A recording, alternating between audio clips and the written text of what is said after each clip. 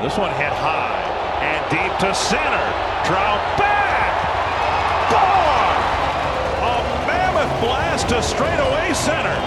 Jim Thome would be proud.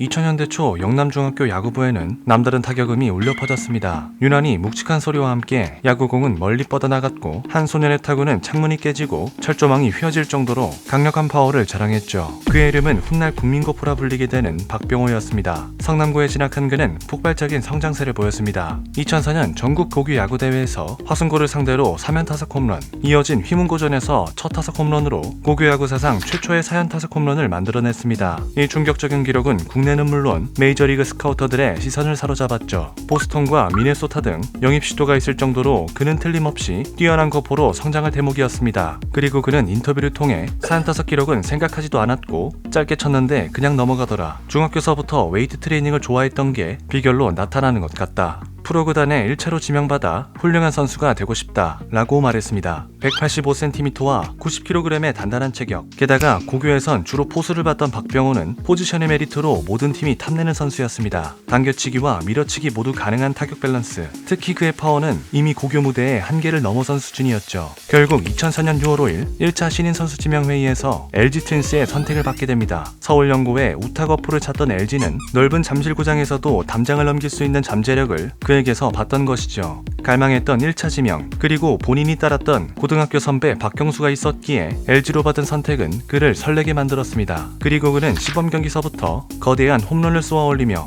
팬들 또한 기대를 더욱 키울 수 있었죠. 특히 같은 해 2차 1라운드로 지명되었던 부산 출신 유망주 정이훈과 나란히 각광을 받으며 팬들은 그들이 팀의 거포로 성장하길 바랬습니다. 그러나 프로의 벽은 생각했던 것보다 높았습니다. 나무 배트 적응에 애를 먹은 탓인지 데뷔 후 9경기 동안 안타를 기록하지 못했고 겨우 첫 안타를 기록한 뒤에도 타율은 위아를 밑돌았습니다. 이후 정이훈이 두각을 드러내며 스포트라이트는 넘어갔고 포수로서의 경쟁력도 악화되며 2군과 벤치를 오갔고 팬들의 기대는 실망으로 바뀌어갔죠. 이는 고졸 신인의 첫 시즌이었기에 일말의 기대감은 남아있었으나 이듬해인 2006년에도 부진은 계속됐습니다. 타율은 더 낮아졌고 볼넷과 삼진 비율이 더더욱 좋지 않자 LG 팬들은 점점 비판하기 시작했습니다. 결국 그는 2006년 시즌을 마치고 상무야구단 입대를 선택했습니다. 예상과는 다르게 흘러간 프로 시작이었지만 그는 준비의 시간을 통해 그저 미래를 기약했습니다.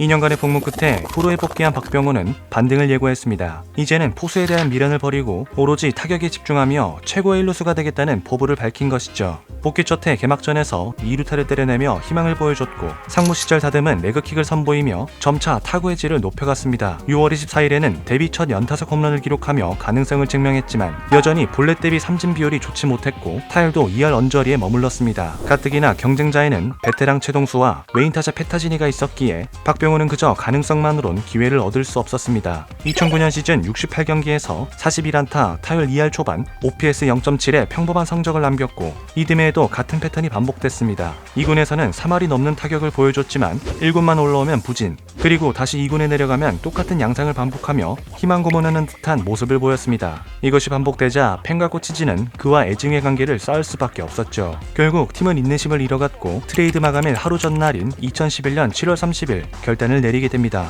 LG는 애증의 관계였던 심수창과 박병호를 넥센으로 보내며 불펜 투수 송신영과 김성현을 데려왔습니다. 이딴 당시에는 잠재력을 보여줬지만 주춤하고 있는 둘을 보내며 투수진을 보강하려는 트레이드였죠. 당시 LG 2군 감독이었던 김기태를 비롯해 여러 코치진들이 그의 이적을 반대했지만 1군에서 보여준 부진에 지쳐버린 프런트는 그를 트레이드 카드로 사용할 수밖에 없었습니다. 결국 1차 지명을 안겨줬던 팀과 아쉬움을 남긴 채 이별을 해야 했습니다.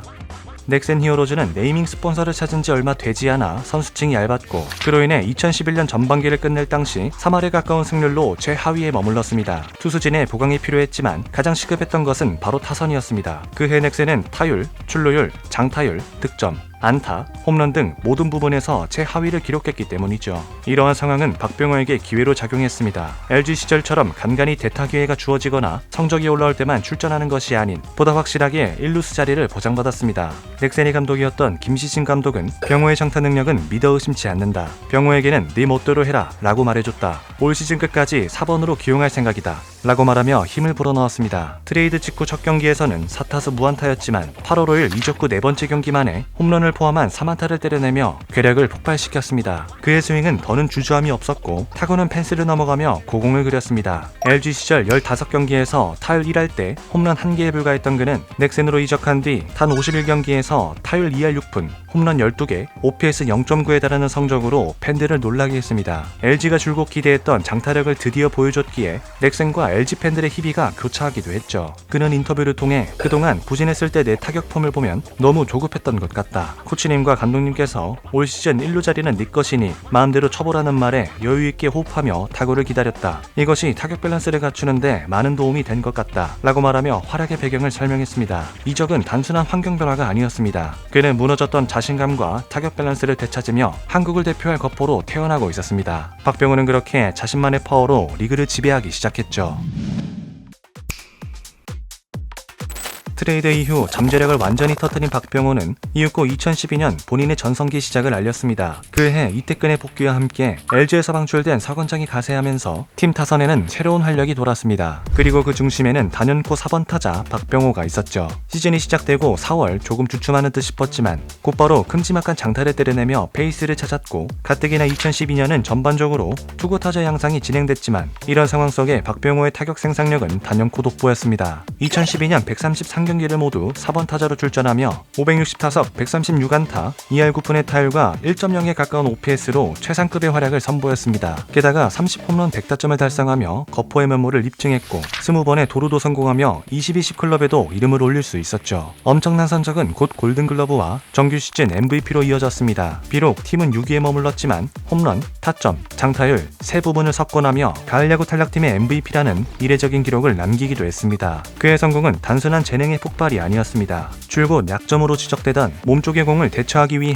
2012년 스프링 캠프부터 타격폼 수정에 착수했습니다. 그는 박흥식 타격 코치와의 작업 끝에 손의 위치를 어깨에서 귀 높이로 올렸고 스윙 궤적을 간결하게 바꿨습니다. 그 결과 타이밍을 잃지 않으면서도 강력한 임팩트를 완성할 수 있었죠. 또한 넥센에서의 노력만이 전부인 것은 아니었습니다. 박병호는 LG 시절 서영빈 타격 코치 아래서 기본기와 밸런스를 다듬었는데 넥센의 심지학 코치는 서영빈 코치가 박병호를 잘 다듬어줘서 훌륭한 밸런스를 가질 수 있었던 것 같다. 개인적으로 고마움을 표현하고 싶다. 라고 말하기도 했습니다. 그리고 그는 본인의 시대를 선언하듯이 2013년 그리고 2014년에도 그 활약을 이어갔습니다. 2013년 처음으로 3할이 넘는 타율과 홈런 37개, 117개의 타점, 그리고 1.0이 넘는 OPS로 2년 연속 골든글러브와 MVP를 석권했습니다. 그리고 팀은 처음으로 가을 야구에 진입할 수 있었죠. 넥센 팬들은 리그 최고로 거듭난 그의 활약을 놀라워했지만 박병호는 이것이 끝이 아니라는 듯이 더욱 무서운 거포 본능을 펼쳤습니다. 그리고 2014년 첫 50홈런 고지를 밟으며 국민거포의 계보를 이었습니다. 그해 박병호는 스윙을 좀 더 어포스윙의 형태로 변경하며 많은 개수와 상당한 비거리를 자랑하는 대형 홈런을 쏘아 올렸습니다. 특유의 큰 발사각도에도 담장을 훌쩍 넘어가는 타구는 야구장을 찾는 사람들에게 확실한 도파민을 제공할 수 있었죠. 그러나 화려한 뒤엔 냉정한 평가도 따랐습니다. 2014년 처음으로 마주한 한국 시리즈에선 21타수 3안타, 타율 1할 4푼 3리로 부진한 것이죠. 큰 경기에서의 부진은 아쉬움으로 남을 수밖에 없었습니다. 또한 그의 삼진 개수가 급증하며 그의 공격적인 접근이 다소 과하다는 비평을 받았습니다. 이에 대해 김성근 감독은 비거리를 의식하는지 스윙이 너무 큰 것 같다 라고 지적하기도 했죠. 이런 의견 속에 그는 기자와의 인터뷰를 통해 이렇게 말을 남겼습니다. 작년과 재작년 시즌을 치르면서 장타력의 중요성을 크게 느꼈다. 그래서 비시즌 동안 웨이트 훈련으로 힘을 키우는 데 집중했다. 타석에 들어서면 항상 팀을 위해 점수를 내야겠다는 생각을 한다. 그는 그렇게 본인에게 주어진 역할이 무엇인지를 누구보다 잘 이해한 선수였습니다. 당시 넥센은 강력한 타선을 앞세워 경쟁력을 구성했는데 박병호의 장타력이 그 핵심이었던 것이죠. 그리고 2015년 볼넷과 삼진 비율은 더 높아졌지만 연이어 53개의 홈런을 때려내며 역대 최초 2년 연속 50홈런을 기록한 선수가 되었습니다. 지적된 단점을 무시하는 듯한 행보를 걸었지만 146개의 타점과 1.1이 훌쩍 넘는 OPS는 그저 파워 하나로 모든 부정적인 의견을 잠재운 것이죠. 비록 2014년엔 첫 200안타를 넘긴 사건창에게 그리고 2015년엔 테임즈에게 MVP를 양보해야 했지만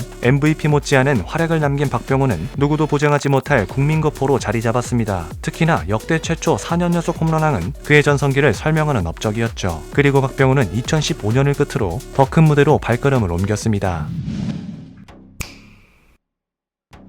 박병호의 이름은 KBO를 넘어 일본 그리고 미국까지도 울려 퍼졌습니다. 그의 파워는 어쩌면 KBO 역대 최고 수준이었고, 특히 팀 동료였던 강정호가 2015년 MLB에서 준수한 활약을 보여주면서 박병호에 대한 메이저리그의 관심은 더욱 커졌습니다. 마침 메이저리그 FA 시장에는 눈에 띄는 일루수가 많지 않았습니다. 이 점은 박병호에게 유리하게 작용했죠. 여러 구단이 그를 노렸고, 그 중에서 가장 적극적이었던 팀은 바로 미네소타 트윈스였습니다. 아메리칸 리그에 속한 미네소타는 박병호의 기용이 비교적 유리했습니다. 이에 대해 구단 관계자는 박병호를 16살 때부터 지켜봤다. 최근 2년간 105개의 홈런을 때려낸 선수의 영입 이유를 묻는 건 의미가 없다. 라고 말하며 큰 기대를 드러냈습니다. 그렇게 박병호는 한국인 역대 두 번째로 높은 1285만 달러의 포스팅 금액을 기록하며 당당히 빅리그에 입성했습니다. 하지만 경쟁은 결코 만만치 않았습니다. 그가 노리는 1루수와 지명타자 자리에는 프랜차이즈 스타 조 마우어와 거포 유망주 미겔 사노가 버티고 있었기 때문이죠. 이것은 오로지 방망이로 승부를 봐야 하는 싸움이었습니다. 이윽고 시범 경기 세 번째 경기에서 터진 발로 홈런은 그의 가능성을 증명하기에 충분했습니다. 공격적인 스윙 그리고 묵직한 타격감에 현지 언론들은 박병호를 아메리칸 리그 신인왕 후보 2순위로 꼽기도 했죠. 4월 8일 MLB 첫 홈런을 신고했고, 이어 4월 16일 두 번째 홈런을 때려냈는데 이 두 번째 홈런은 당시 크게 회자되었습니다. 박병호는 불펜 투수 조 스미스의 슬라이더를 강하게 받아쳐 중앙 펜스를 훌쩍 넘겼는데, 이는 142m에 달하는 그야말로 입이 떡 벌어지는 초대형 홈런이었던 것이죠. 이 홈런은 타기 필드 구장에서 지금껏 나온 홈런 중 최대 비거리를 자랑했습니다. 612홈런을 친 명예의 전당 타자 짐 토미의 464피트를 뛰어넘는 기록이었습니다. 이후에도 4월 한 달 동안 팀 내에서 가장 많은 6개의 홈런을 기록하며 그의 파워가 빅리그에서도 먹힌다는 것을 입증했습니다. 하지만 문제는 홈런을 제외한 나머지였습니다. 높은 헛스윙률, 빠른 구속에 대한 대응, 그리고 변화구 대처 능력이 발목을 잡았습니다. KBO보다 5에서 8km 빠른 평균 구속, 거기에 140km 후반대 변화구를 던지는 MLB 투수들을 상대로 그는 히팅 포인트를 맞추는 데 실패했습니다. 특히 하이 패스트볼에 극도로 약한 모습을 보였고, 2016년 그의 하이 패스트볼 헛스윙률은 40%를 넘어섰죠. 더군다나 메이저리그 투수들은 박병호의 스윙 궤적을 빠르게 파악했습니다. 슬라이더와 체인지업을 몸쪽 깊숙이 던지며 그의 타이밍을 완전히 흔들었습니다. 결국 그는 빠른 공에는 늦고 변화구에는 앞서는 이중 리듬에 빠지고 말았습니다. 이를 극복하지 못한 채 시즌 중반 트리플 A로 강등된 박병호는 MLB 데뷔 첫 해를 62경기에 12홈런, 타율 2할 미만의 성적으로 마치고 말았죠. 이윽고 2017년에는 단 한 번의 메이저리그 출장 없이 트리플 A에서 통째로 시즌을 보냈습니다. 결국 부진을 받아들인 박병호는 미네소타 트윈스 측에 2019년까지 보장된 계약 내용을 포기하는 조건으로 계약 해지를 요청했습니다. 그는 인터뷰를 통해 메이저리그에서 지난 2년은 아쉬움이 남지만 후회는 없다. 좋은 경험을 했고 개인적으로 더욱 성장할 수 있었던 계기가 됐다. 라고 말하며 아쉬움을 남긴 채 빅리그 도전을 마쳤습니다.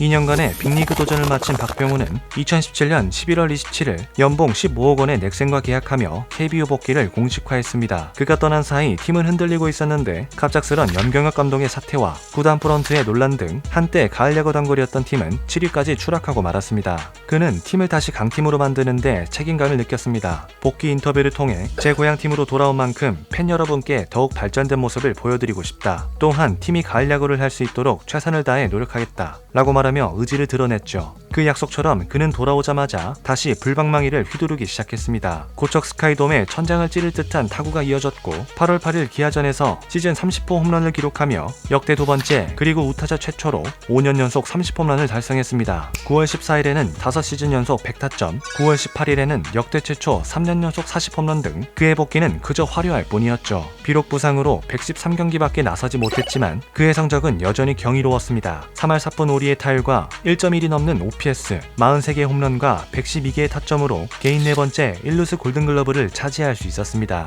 MVP도 노려볼 성적이었지만 팀의 가을 야구 진출을 도우며 에이스 역할을 톡톡히 할 수 있었습니다. 이 시기 박병호의 존재감은 단순한 타자 그 이상이었습니다. 미국 진출 전 팀의 주축을 이뤘던 선수들이 이탈해 있었고 김하성과 이정우 등 젊은 선수들이 에이스로 자리 잡은 팀 내에서 그는 든든한 형이자 아버지 같은 역할을 하며 팀의 중심을 잡았습니다. 이태근이 주장일 당시 차기 차기 주장감으로 언급되며 젊은 선수들에게 큰 모범이 되었고, 훗날 MLB로 진출한 김하성은 한국 시절 박병호는 아빠 같은 존재였다 라고 말하며 그가 진정한 멘토임을 나타냈습니다. 이후 2019년 공인구 반발력의 저하로 리그 전체에 홈런이 급감했지만 박병호만은 달랐습니다. 그는 유일하게 30홈런을 넘기며 5번째 홈런왕에 올랐고 1루수 골든글러브 수상 및 팀의 준우승까지 일조하며 키오미 오로즈의 화려한 출발을 도울 수 있었습니다. 이렇게 훌륭한 베테랑 면모를 보여줬던 그였지만 나이 때문인지 아니면 시즌 중반 손혁 감독의 사태 등 흔들리는 팀 사정 때문인지 그는 점차 부진하기 시작했습니다. 물론 간간히 홈런을 기록했지만 홈런 이외의 타율, 출루율, 피삼진 부분 모두 무너지기 시작했죠. 그 결과 2020년을 2할에 가까운 타율과 20개를 간신히 넘긴 홈런으로 마무리해야 했습니다. 팀은 그동안의 활약을 보아 그가 살아날 것이라 보았고 2021년 팀의 주장직으로 임명하며 부활을 기다렸지만 전성기 시절의 모습을 볼 수 없었습니다. 그는 FA를 앞둔 2021년 반등하지 못하며 0.8의 OPS도 넘지 못하는 등 거포의 모습을 서서히 잃어가고 있었습니다. 결국 그는 팀과 합의점을 찾지 못한 채 히어로즈와의 인연을 마치게 됩니다.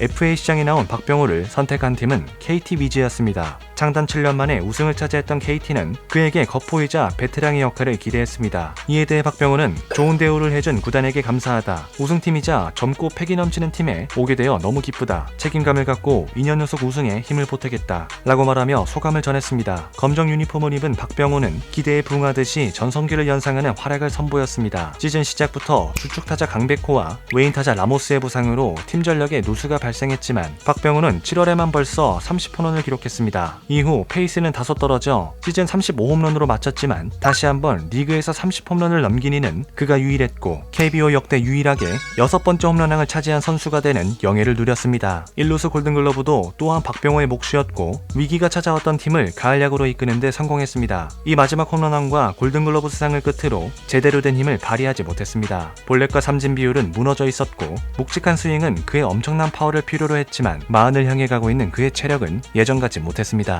이후 2023년 20개의 홈런을 넘기지 못한 채 삼성으로 트레이드되었고 삼성에서의 2년간의 생활을 마친 채 화려했던 국민거포의 여정을 마쳤습니다. 수많은 홈런과 함께한 20년의 여정, 그 방망이 끝에서 만들어진 기록들은 이제 전설이 되었습니다. 힘 하나로 리그를 지배했던 그의 파괴력은 시간이 지나도 많은 이들 가슴 속에 남을 것이고 코치로서 제2의 야구 인생을 시작하는 그의 앞날을 응원하며 오늘의 이야기를 마치겠습니다. 계속해서 재미있는 이야기로 찾아오겠습니다. 감사합니다.